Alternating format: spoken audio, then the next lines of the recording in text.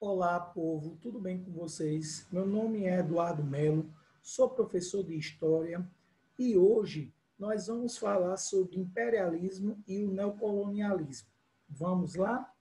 Então, veja só, o imperialismo e o neocolonialismo, eu vou começar aqui mostrando essa ilustração do jornal Le Petit, de 1913.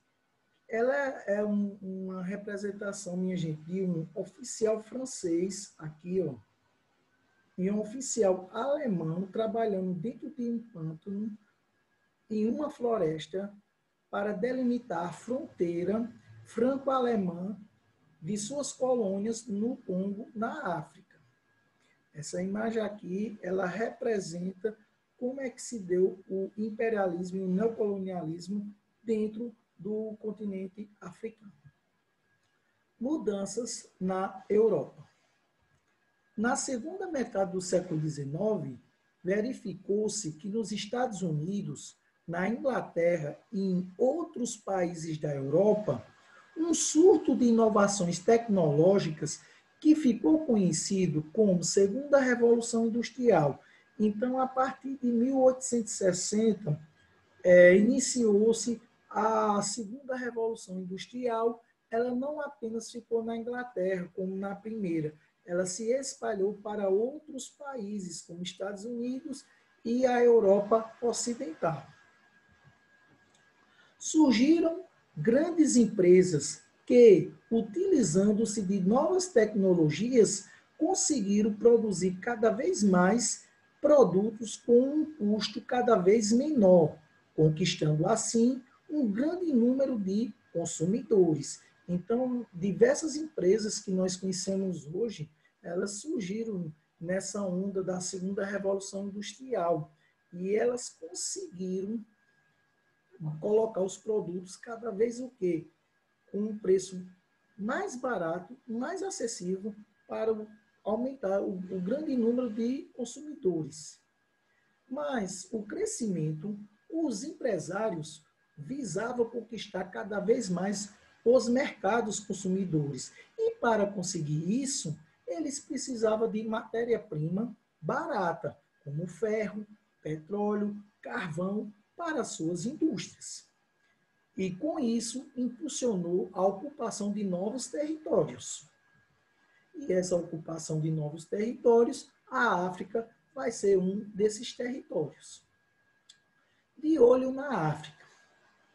Em busca de novos mercados, novas fontes de matéria-prima, os industriais, os grandes empresários europeus e estadunidenses se dirigiram à África e à Ásia, continentes ricos em matéria-prima, fortemente povoados e com a industrialização praticamente inexistente. Portanto, os mercados consumidores potencial, minha gente, dessa segunda revolução industrial, principalmente para os países europeus. Aqui nós estamos vendo um cartão postal de 1899, representando um trabalho de africanos em uma fábrica alemã de carne desidratada no atual território da Namíbia. As nações europeias, elas instalaram fábricas em diversos países africanos, aonde utilizava a mão de obra dessas regiões que era barata para quem? Para os europeus. Entre 1884 e 1885, realizou-se em Berlim, a capital da Alemanha, a Conferência de Berlim, que reuniu as principais potências da Europa e os Estados Unidos para definir as regras da partilha do território africano. Então, veja só, a partir da Conferência de Berlim, onde dividiu o continente americano para as potências daquela época, então teve o início da conquista da África. E eles utilizaram uma justificação que era preciso civilizar o continente, porque o continente era atrasado tecnologicamente. E só seria possível através da colonização. É a teoria que nós chamamos a teoria do fardo do homem branco. Então, aqui, minha gente, tem uma gravura, ó, gravura de Zakik, intitulada A Moderna Civilização da Europa, França no Marrocos e Inglaterra no Egito, cerca de 1808 a 1914, que representa um brinde de um soldado francês e de um inglês em comemoração da conquista de novos territórios na África, e essas conquistas, minha gente, levou o que? A morte e a destruição de muitas terras africanas. Ó. Aqui, ó, diversos cadáveres. Ó. A partir de 1885, praticamente toda a África foi subjugada. Apenas a Libéria e a Abissínia, atual Etiópia, conservaram-se a sua independência. Mas a Inglaterra, França, ficaram com um pouco mais de 10 colônias cada uma, seguida por Alemanha e Itália, com 3 cada uma, e a Bélgica dominou o Congo. Portugal e Espanha não entraram na corrida, mas mantiveram as suas antigas colônias que dominavam desde o século XV e XVI, quando eles fizeram o quê? As grandes navegações marítimas, ou colonialismo que eles fizeram, como esse é chamado de neocolonialismo. Além de fornecer matérias-primas para o desenvolvimento industrial, as colônias africanas representavam mercados consumidores para os produtos industrializados da Europa. Em caso de guerra, o domínio colonial era garantia de fornecimento de produtos importantes, como minérios, garantindo também o controle de portos de abastecimento dentro do continente africano. Aqui está o mapa, minha gente, da partilha da África. Ó. Então, a Alemanha e a Itália ficaram com mais ou menos 10 colônias. A Itália e a Alemanha ficaram com 3. A Bélgica ficou com um Congo belga. E Itália e Portugal não perderam as suas antigas colônias. Não participaram da partilha, mas também não perderam as suas antigas colônias, que já tinha alguns séculos atrás. Racismo e pretexto civilizatório. Em 1859, o naturalista inglês Charles Darwin publicou um livro chamado de A Origem das Espécies, no qual ele afirmava que as espécies que melhor se adaptavam ao meio ambiente sobreviviam e transmitiam suas características às seguintes gerações. A partir dos estudos de Darwin, alguns pensadores analisaram as sociedades humanas. Segundo eles, a humanidade seria formada por diferentes, entre aspas, raças, e essas raças, e a raça branca, entre aspas, de origem europeia, seria superior a todas as outras, sendo para os pensadores racistas. O avanço tecnológico é a prova dessa superioridade. Então, veja só, assim quando os europeus se dirigiram à África com a cunha de civilizadores, como está entre aspas, na realidade eles só apenas estavam justificando a dominação do continente, já que não há povos mais avançados ou menos avançados que outros, e sim diferentes culturas. Então, o darwinismo social, que foi criado a partir da teoria de Darwin por outros teóricos, eles criaram essa questão de raça superior. Então, a raça branca europeia. Então, o fardo do homem branco, com essa justificativa que ia civilizar, porque tinha tecnologia e os povos da África e da Ásia não tinham. Entre a submissão e a resistência. Na divisão do continente africano, foram criadas muitas colônias, sem levar em conta as diferenças culturais e étnicas dos povos que ali viviam. Povos com identidades e tradições muitas diversas foram submetidas ao mesmo governo estrangeiro, que contribuíram para desorganizar os laços de identidade desses povos. Apesar da crença de que os africanos permaneceram passivos à colonização, muitos povos da África não aceitaram a dominação europeia e eles fizeram diversos combates, minha gente. Eles não aceitaram essa dominação, então eles tinham várias formas de resistência. Então teve muitas guerras, muitos combates contra os europeus. As populações africanas manifestavam a sua resistência ao neocolonialismo por meio de fugas, protestos, boicotes, revoltas, havendo, em alguns casos, resistência armada aos colonizadores. Mesmo com toda a resistência e a superioridade militar dos europeus, garantiu-lhes um domínio que perduraria por quase 100 anos. Os povos africanos, minha gente, só conquistaram sua independência a partir da segunda metade do século XX, e as suas lutas de origem aos países, de maneira geral, atendiam às mesmas fronteiras definidas pelos neocolonialistas europeus. Então, a gente está vendo aqui, por exemplo, essa imagem, essa gravura de 1879, que foi publicada no jornal inglês da época, representava o quê? A guerra entre os Zulus, que é uma tribo africana, que se localiza mais ou menos onde hoje é a África do Sul, contra os ingleses. E essa batalha, essa guerra, foi chamada de Anglo-Zulu. E teve duas guerras para que os ingleses conseguissem dominar onde é hoje a África do Sul contra os Zulus. Então, aqui, ó, representando um ataque dos guerreiros Zulus, as tropas inglesas às margens do rio Intombi. Essa foi uma das várias batalhas travadas entre o Reino Zulu, localizado no leste do atual território da África do Sul, e o Império Britânico. Agora nós vamos falar sobre o imperialismo na Ásia.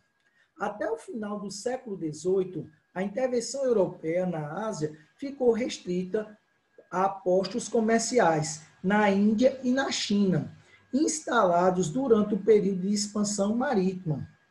O avanço da industrialização na Europa, Estados Unidos e Japão deu início a uma grande procura por novos mercados e fontes de matérias-primas, e assim como tais potências se voltaram para a África, se voltaram também para a Ásia. Aqui nós temos aqui uma capa de um livro francês chamado Aventuras para os Meninos, de 1901, as tropas europeias invadindo o quê? A Ásia. Aqui. A Índia sob o domínio inglês. Os ingleses chegaram à região da Índia em 1612, iniciando importante relação comercial. Com a vitória da Inglaterra na Guerra dos 7 Anos sobre os franceses foram expulsos da Índia e os ingleses garantiram a sua hegemonia. Em 1876, a Índia foi incorporada ao Império Britânico. Veja só, os ingleses adquiriam algodão indiano, que era, minha gente, indispensável para a indústria têxtil da Inglaterra, e a manufatura indiana ela foi prejudicada e milhares de tecelões indianos foram o quê? Desempregados. Então, os indianos, insatisfeitos com a opressão inglesa, eles se rebelaram contra os ingleses em 1857. E essa revolta ficou conhecida como Revolta dos Cipaios. E o que eram os cipaios? Eram os soldados indianos, que eles eram chamados dessa forma. Então, a Índia perdeu essa batalha, então os ingleses dominaram a Índia e permaneceram dominando ela, minha gente, até 1947, quando ela consegue a sua independência pós-Segunda Guerra Mundial. Então, aqui nós estamos vendo uma foto da Rainha Vitória da Inglaterra, de 1819 a 1901, ó, trabalhando no jardim do Palácio de Winston, acompanhada por um serviçal indiano. Europeus na China.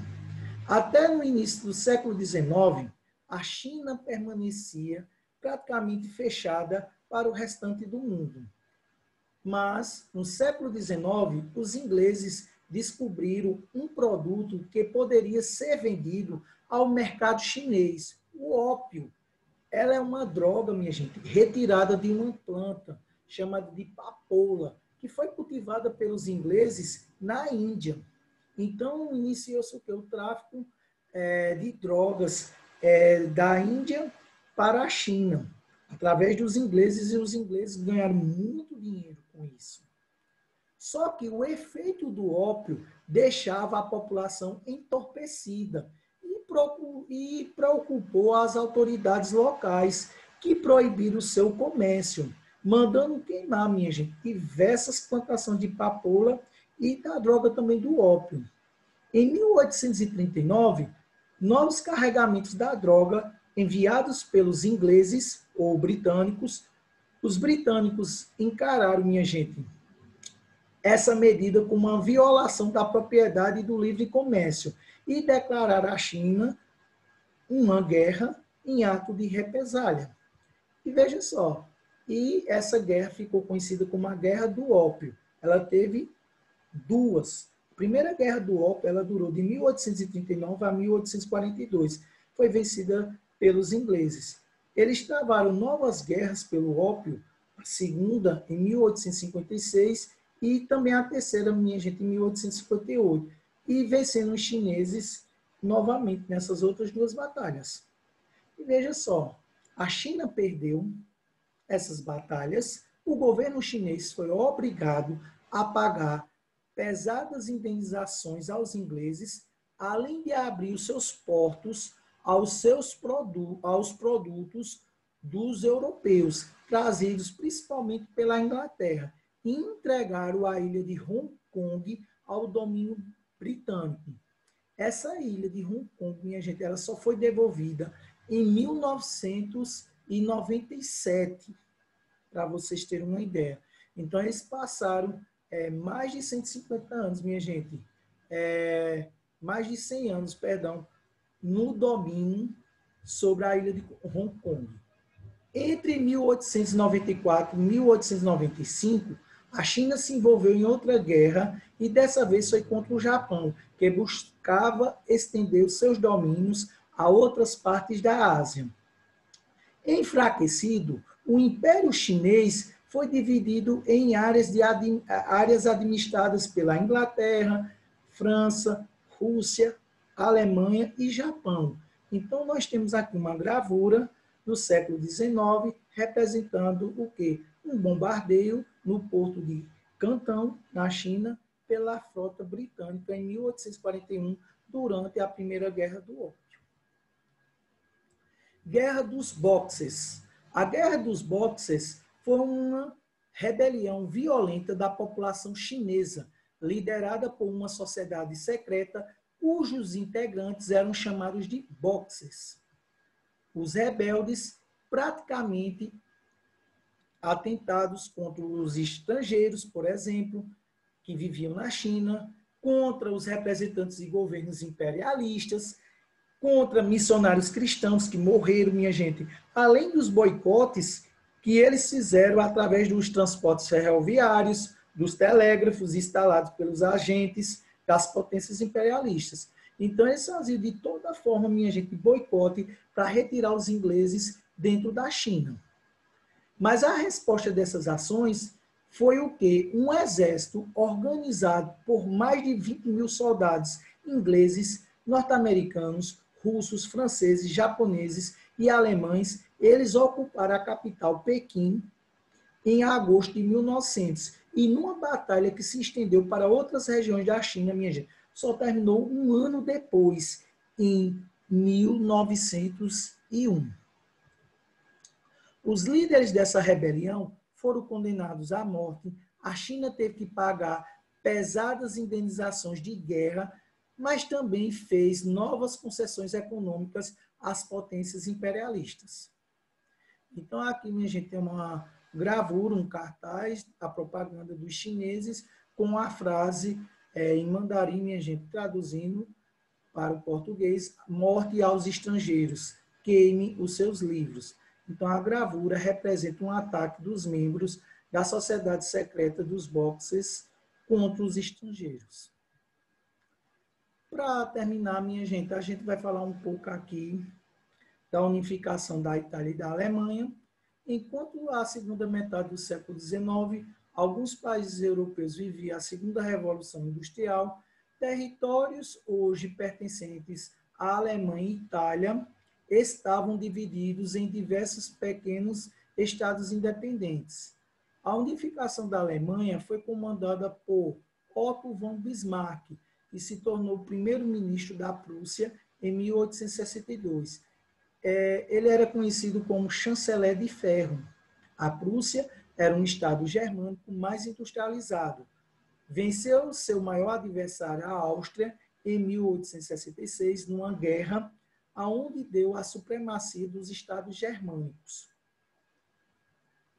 Enquanto a Prússia venceu a França na Guerra Franco-Prussiana, Bismarck proclamou a transformação da Alemanha em um estado unificado.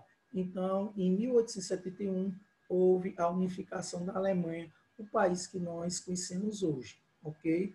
A Áustria não foi incluída no Estado alemão, permanecendo como país independente. Na Península Itálica, as lutas pela unificação começaram em 1848, quando a região encontrava-se dividida em vários estados. Havia duas tendências políticas, a republicana e a monarquista, que era a favor de um governo sob a liderança do rei de Piemonte e Sardenha. Tendo em vista os 4 estados da Península Itálica eram dominados pela Áustria, a unificação só poderia acontecer por meio de uma guerra contra os austríacos, que ocorreu em 1859, quando o reino de Piemonte e Sardenha declarou guerra e a venceu. Então, veja só, o rei Vítor Emanuel II, ele organizou essa guerra através do seu primeiro-ministro, que era o conde Cavour.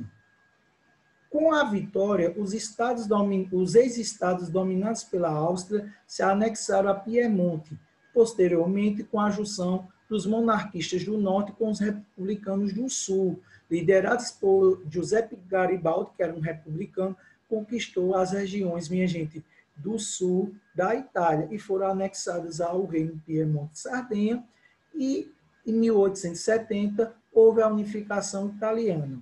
Apesar da popularidade de Garibaldi, a monarquia foi instalada no país. Então, Vítor Emanuel II continuou sendo agora o rei da Itália e não a república. Minha gente, por hoje é só. Tchau, minha gente. Até mais.